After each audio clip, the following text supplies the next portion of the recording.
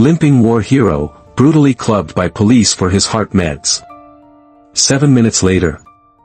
The Pentagon sent gunships and a 4-star general. They picked the wrong cop. Arthur Samuels, 73 years etched onto his weary face, lived a life dictated by the ghosts of past battles and the relentless insistence of present pain.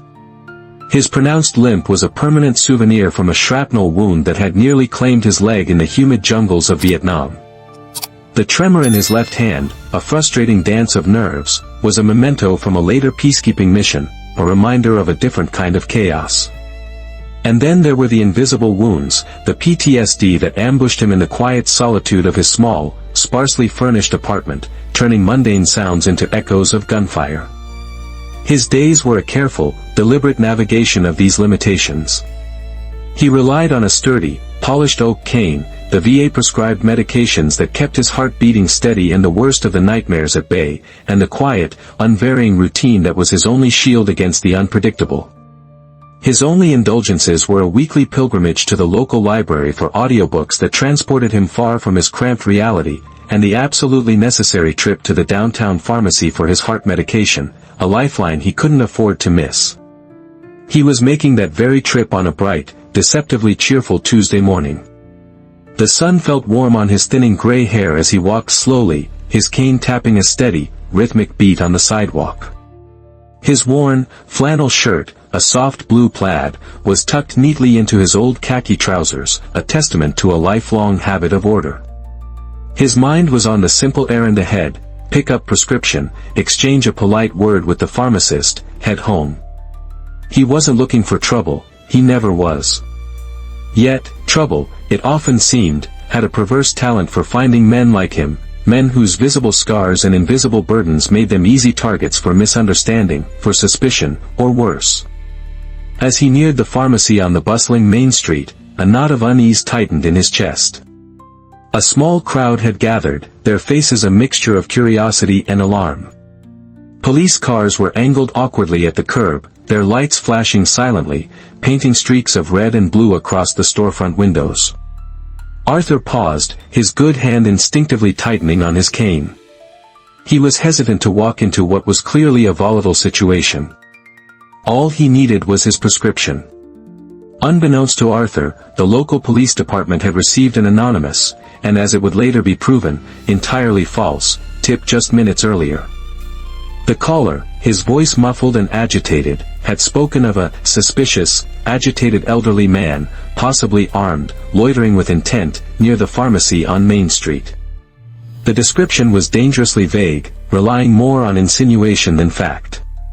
However, in the current climate of heightened alert and a recent string of petty crimes in the downtown area that had put the department on edge, the local police had overreacted with an alarming lack of discernment. Instead of dispatching a regular patrol car for a welfare check or a quiet assessment, the call had gone out with a higher perceived threat level. By unfortunate coincidence, a small, local SWAT, Special Weapons and Tactics, team, fresh from a rigorous urban assault drill and still buzzing with adrenaline, was less than 5 blocks away. They were diverted immediately. The SWAT team, a unit trained for high-threat, high-intensity scenarios, arrived on the scene not with caution, but with an aggressive, almost theatrical posture. Their heavy, black tactical van screeched to a halt, and 4 officers, clad head to toe in black tactical gear, helmets, visors, heavy body armor, and an intimidating array of weaponry, bailed out. Their movements were practiced, almost robotic, designed to intimidate and control. They scanned the small, anxious crowd, their eyes, hidden behind dark visors, immediately zeroing in on Arthur Samuels. He fit the vague description: elderly, alone, and to their unseasoned eyes, his pause at the edge of the commotion, his cane, and his slight, pain-induced disorientation from the sudden influx of police, all registered as suspicious. He was the anomaly, the perceived threat in their prescripted scenario. "You, old man. Hands where I can see them. Get on the ground, now." The shout, amplified by a small speaker on the lead officer's vest, was brutally loud, cutting through the murmur of the crowd. Officer Caney, young, barely out of his 20s, his face flushed with the thrill of a real-world deployment, advanced on Arthur, his unit fanning out behind him in a practiced, menacing formation. Arthur, startled by the sudden, deafening command from an unseen source, flinched. His hearing, already compromised by years of proximity to artillery fire, struggled to process the distorted words against the backdrop of traffic and nervous chatter. He turned slowly, trying to locate the speaker, his heart beginning to pound a painful rhythm against his ribs, a rhythm his medication was meant to control. He raised his hands slowly, palms open, a universal gesture of non-aggression, trying to show he meant no harm. His oak cane, dislodged by the sudden movement and his trembling grasp, clattered loudly onto the pavement. "Officer. I don't understand," Arthur managed, his voice quiet, reedy, easily lost in the surrounding noise and the charged atmosphere. "I was just going to the pharmacy." He gestured vaguely with his head towards the building. Officer Caney, operating under the potent cocktail of adrenaline, a pre-existing assumption of a potentially armed and dangerous suspect, and a critical lack of street experience, saw only confirmation of his fears. Arthur's fumbling for balance without his cane, his slow, confused response, his trembling left hand, a direct result of his permanent nerve damage, were all misinterpreted by Caney not as signs of age, disability, or fear, but as non-compliance, as furtive movement, as an imminent threat. He was seeing a suspect resisting, not a veteran in distress. The chasm of understanding between them was vast and about to become violent. "He's not complying. He's reaching for something." Caney yelled to his team, his voice cracking with a mixture of excitement and feigned urgency, though Arthur was merely trying to steady himself, his empty hands still raised. Caney didn't wait for a response or further assessment. He lunged forward the last few feet separating him from the bewildered veteran. "Get down! Get down now!" he screamed, his face inches from Arthur's. Before Arthur could even attempt to process this new, aggressive command, Caney unclipped the heavy, black electric stun baton from his tactical belt. There was no protocol shout of "Baton! Baton!" Just pure, unadulterated aggression. With a grunt of exertion, Officer Caney swung the activated electric baton in a vicious arc, bringing it down hard against Arthur's already aching hip and thigh. A blinding, searing pain exploded through Arthur's body, accompanied by the sickening crackle of high-voltage electricity and the smell of ozone. Blue sparks sizzled at the point of impact. Arthur cried out, a strangled gasp of agony, as the powerful electric shock and the brutal blunt force of the blow sent his frail body crashing to the sidewalk. He landed heavily on his already injured side, his head striking the concrete with a dull thud. The crowd gasped in collective horror. Several people surged forward, shouting, "He's an old man. He's disabled, you animals," a woman shrieked, her voice trembling with rage. "Stop it. He's not doing anything," another man yelled, his phone already recording the brutal takedown. The scene had devolved into chaos, with a helpless, elderly veteran at its epicenter, victim of a precipitous and violent misjudgment. Arthur lay on the rough concrete, dazed, humiliated, the acrid smell of discharged electricity sharp in his nostrils. His cheek was scraped raw from the impact. Through the fog of pain and the disorienting, pulsating aftermath of the electric shock, he could hear the confused babble of the crowd, the renewed, barked commands of the SWAT officers. Strong hands roughly flipped him onto his stomach, a knee pressed hard into his back, and his trembling arms were wrenched behind him, the cold metal of handcuffs biting into his wrists. They were still treating him as a dangerous, resisting suspect. His heart medication, the simple, vital reason for his journey, felt a million miles away, an impossible dream. A cold, familiar anger, long suppressed but never extinguished, began to surface through the pain, the righteous fury of a man who had served his country with honor, who bore its scars proudly, now being treated like a common criminal, a dangerous animal, on a public street for no discernible reason. He tried to speak, to explain, to articulate his outrage, but his throat was raw, his body still shuddering from the electrical current. He was vaguely aware of someone rifling through his pockets, their touch impersonal and rough, presumably looking for the non-existent weapon. They found his worn leather wallet, his official VA identification card clearly stating his veteran status and service-connected disabilities, and a folded copy of his prescription for beta blockers. One of the regular patrol officers, who had arrived to assist with crowd control and looked deeply uneasy about the SWAT team's aggressive tactics, picked up the VA card. Sarge.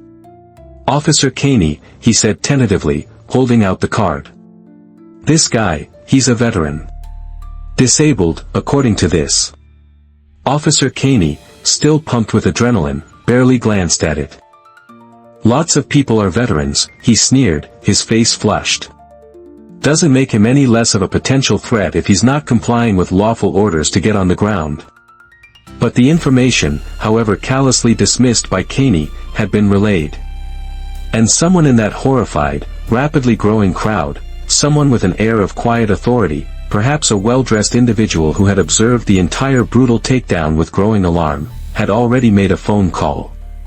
After witnessing the violent clubbing of the elderly, limping man with the cane, and hearing the patrol officer clearly announce "veteran" and "disabled," this anonymous observer had discreetly stepped away from the main throng. Their movements were calm, but their expression was one of grim determination.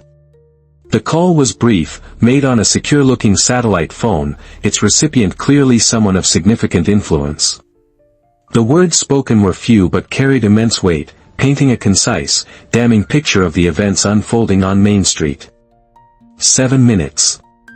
That's the precise interval it took from Arthur Samuel's brutal takedown to the moment the very fabric of reality on that downtown street began to shift on its axis, heralding an intervention of an entirely different magnitude. The SWAT team was still roughly processing a dazed and trembling Arthur Samuels, trying to hoist him to his feet. The crowd was still buzzing with a mixture of outrage, fear, and confusion when the first unmistakable sound sliced through the urban cacophony. It wasn't another siren. This was deeper, more powerful, a visceral thrum that resonated in the chest, the heavy, rhythmic beat of military-grade engines and, almost simultaneously, the distinctive, menacing whomp-whomp-whomp of multiple helicopter rotors approaching with terrifying speed. Heads in the crowd, and among the police, turned upwards. 2 AH-64 Apache attack helicopters, flying impossibly low and with a predatory grace that was utterly out of place over a civilian downtown, appeared over the city skyline. Their dark, angular silhouettes, bristling with visible ordnance, headed directly for their location, circling once like birds of prey before taking up menacing hover positions over the ends of the block. Simultaneously, from both ends of the street, a convoy of olive-drab military vehicles roared into view. Humvees mounted with heavy machine guns, light armored vehicles, LAVs, with their cannons slightly elevated, and even a heavy-duty troop transport truck, their emergency lights flashing not police blue, but a stark, military amber. They moved with a speed and precision that local law enforcement could only dream of, effectively and completely shutting down the entire street and surrounding intersections, creating an instant, impenetrable military cordon. Soldiers in full combat gear, armed with M4 carbines held at the low ready, disembarked with disciplined speed, establishing a tight, unbreachable perimeter. Their movements were economical, precise, their expressions unreadable behind their ballistic goggles and helmets. Local police officers, including the entire SWAT team, froze mid-action, looking utterly bewildered, outmaneuvered, and catastrophically outranked. This wasn't a local incident anymore. This was something else entirely. This was federal. This was military. From the lead LAV, its ramp hissing as it lowered to the asphalt, a figure strode out who radiated an aura of absolute, unshakable command. He was a 4-star Army general, his uniform immaculate, a stark contrast to the gritty street scene. His chest was a constellation of distinguished service medals, each a silent testament to decades of leadership and sacrifice.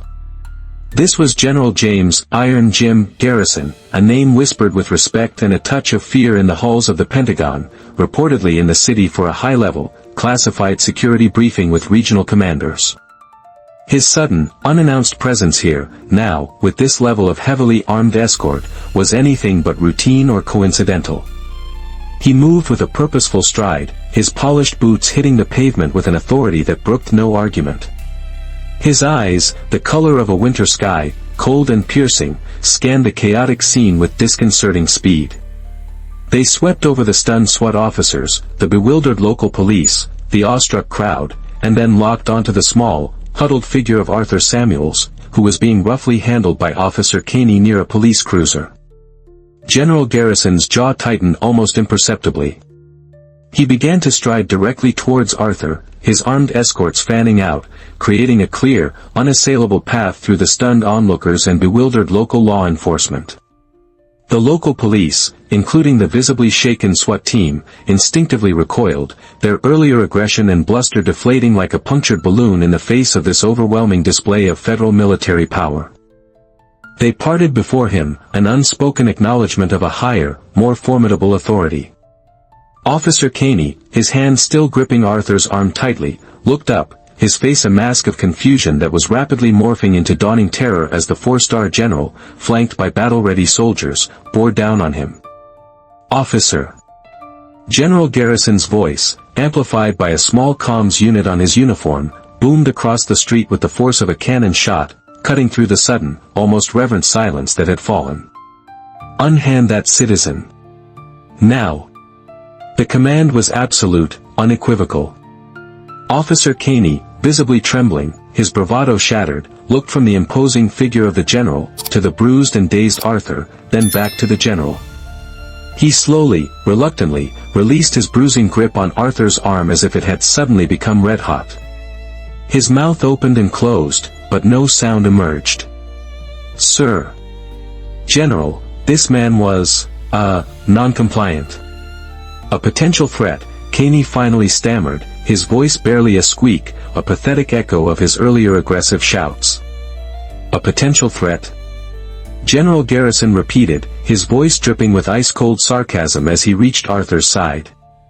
He gently, almost reverently, helped the still trembling, disoriented veteran to his feet, supporting him with a firm, steadying hand on his elbow.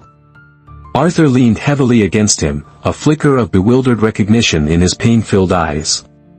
"This man, Officer," Garrison declared, his voice now resonating with controlled fury, each word a hammer blow, "is Sergeant First Class Arthur Samuels, United States Army, retired. He is a recipient of the Silver Star for gallantry, 3 Bronze Stars for valor, and 2 Purple Hearts for wounds received in combat while defending this nation." He paused, letting the weight of Arthur's service sink in, his icy gaze sweeping over Caney and the other SWAT officers.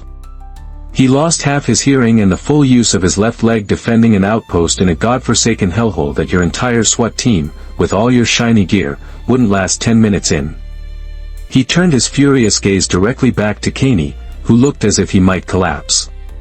His only non-compliance today, officer, appears to be his age, his service-connected disabilities, and his profound misfortune to encounter an officer who clearly mistakes his own adrenaline rush for tactical judgment and basic human decency. He then looked pointedly at the raw, red welts already forming on Arthur's skin where the electric baton had made contact. "And you clubbed him with an electric baton for this?" The question was soft, almost a whisper, which made it infinitely more menacing. Caney swallowed hard, utterly unable to speak, his face ashen. "We received a report, General.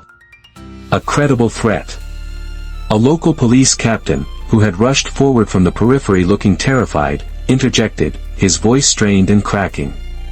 "A suspicious individual, possibly armed, public safety protocols." "Public safety protocols?" General Garrison countered, his voice like an Arctic wind, cutting the captain off mid-sentence. "And your department's protocol for a possibly armed elderly man with a cane, a man clearly disabled and disoriented, is a full SWAT deployment, an immediate close-quarters takedown with an electroshock weapon in front of a civilian crowd, without proper threat assessment, without any attempt at de-escalation, without even basic communication." He took a menacing step towards the captain. "Is that current Monroeville Police Department doctrine, Captain, or is that just your special protocol when dealing with this nation's decorated, disabled veterans?" Before the captain could stammer another excuse, Garrison spoke crisply into his comms unit. "Med team, on me, priority 1. And get the Pentagon legal liaison on the line with the mayor's office and the chief of police of this city, immediately. I want a full, immediate federal review of this department's use of force policies, their training standards, and their protocols for interacting with vulnerable populations, especially our veterans. And you can inform them, he added, his gaze locking with the captain's, that their current and future federal funding is now under very serious advisement. The implications were devastatingly clear, a direct threat to the department's resources and reputation, delivered with the full weight of the Department of Defense. The military medics, 2 men and a woman in crisp fatigues with Red Cross armbands, were at Arthur's side in seconds, their movements a blur of quiet efficiency and gentle professionalism. Their care was a stark, damning contrast to the earlier aggression displayed by the SWAT team. They carefully removed Arthur's torn shirt, their expressions grim as they assessed the angry red welts and abrasions left by the electric baton in the fall. They checked his vitals, spoke to him in low, reassuring tones, and provided immediate comfort and preliminary treatment for his injuries and shock. General Garrison stood by, a protective, formidable presence, his gaze never leaving Arthur until he was sure the veteran was in capable hands. Officer Caney and the rest of his SWAT team, meanwhile, had been curtly ordered by their own beleaguered captain to stand down and secure their weapons. They huddled together near their vehicle, a pathetic tableau of deflated machismo, their faces a mixture of shame, fear, and sullen resentment, under the watchful eyes of Garrison's armed escorts. The crowd watched in stunned, almost disbelieving silence, witnessing an almost surreal display of power, accountability, and the profound reach of military brotherhood. The false anonymous tip, it would later be discovered by embarrassed local detectives, had come from a disgruntled, petty neighbor of Arthur's, a man with a trivial grudge over a parking space, who never in his wildest imaginings conceived of the hornet's nest his malicious call would stir. Within the hour, Arthur Samuels, wrapped in a warm military blanket and his dignity slowly being restored, was being gently escorted not to a police station booking cell, but into one of General Garrison's black, official sedans. He was heading to a nearby military hospital for a full and thorough checkup, with Guide, who had been calmed by a kind-faced soldier, riding quietly at his feet. General Garrison personally assured him before the car departed that all his medical needs would be comprehensively met, his housing situation reviewed by the VA at the highest level for any necessary improvements, and that those responsible for his appalling mistreatment would face a rigorous and impartial investigation. The Pentagon did indeed initiate an immediate and sweeping review of the Monroeville Police Department's practices. The subsequent report was scathing, leading to significant, federally mandated reforms in use of force policies, extensive and mandatory retraining for all officers in de-escalation techniques, crisis intervention, and ADA compliance, particularly concerning interactions with veterans and the elderly. Officer Caney was suspended without pay pending the outcome of multiple investigations, his career in law enforcement effectively over. The story of the disabled veteran, clubbed and humiliated by police in front of a crowd only to have the Pentagon dispatch Apache gunships and a 4-star general to his aid, became a national headline. It ignited a fierce, overdue public debate about the treatment of veterans in America, the militarization of local police forces, the often invisible wounds of service, and the critical need for accountability when power is abused. Arthur Samuels, a quiet man who had only sought his heart medication on a sunny Tuesday morning, inadvertently became a catalyst for profound change. He never sought the spotlight, shunned any attempts to Leoneize him, preferring the quiet anonymity he had always known. But his ordeal, and the swift, decisive, and astonishingly powerful intervention it triggered, served as an undeniable reminder to the entire nation. Some veterans, no matter how humble their circumstances or how severe their disabilities, are still watched over by an unbreakable brotherhood and sisterhood that spans generations and commands formidable resources. And when one of their own is unjustly harmed, the response can be swift, unequivocal, and echo all the way to the highest echelons of power. Because true honor demands protection, and authentic service engenders unwavering loyalty. Sometimes, that protection arrives with the full, righteous force of a grateful nation, ensuring that no sacrifice is ever truly forgotten, and no hero is ever truly alone or disrespected on the streets they once fought to defend. Arthur's story is a mirror reflecting our collective responsibility to those who have borne the heaviest burdens for our freedoms. If you believe that every veteran's dignity is sacrosanct and that every abuse of power must be met with unwavering accountability, please type "Heroes Never Walk Alone" in the comments below. Subscribe to our channel for more stories of courage and justice, and share this video to ensure these crucial conversations continue.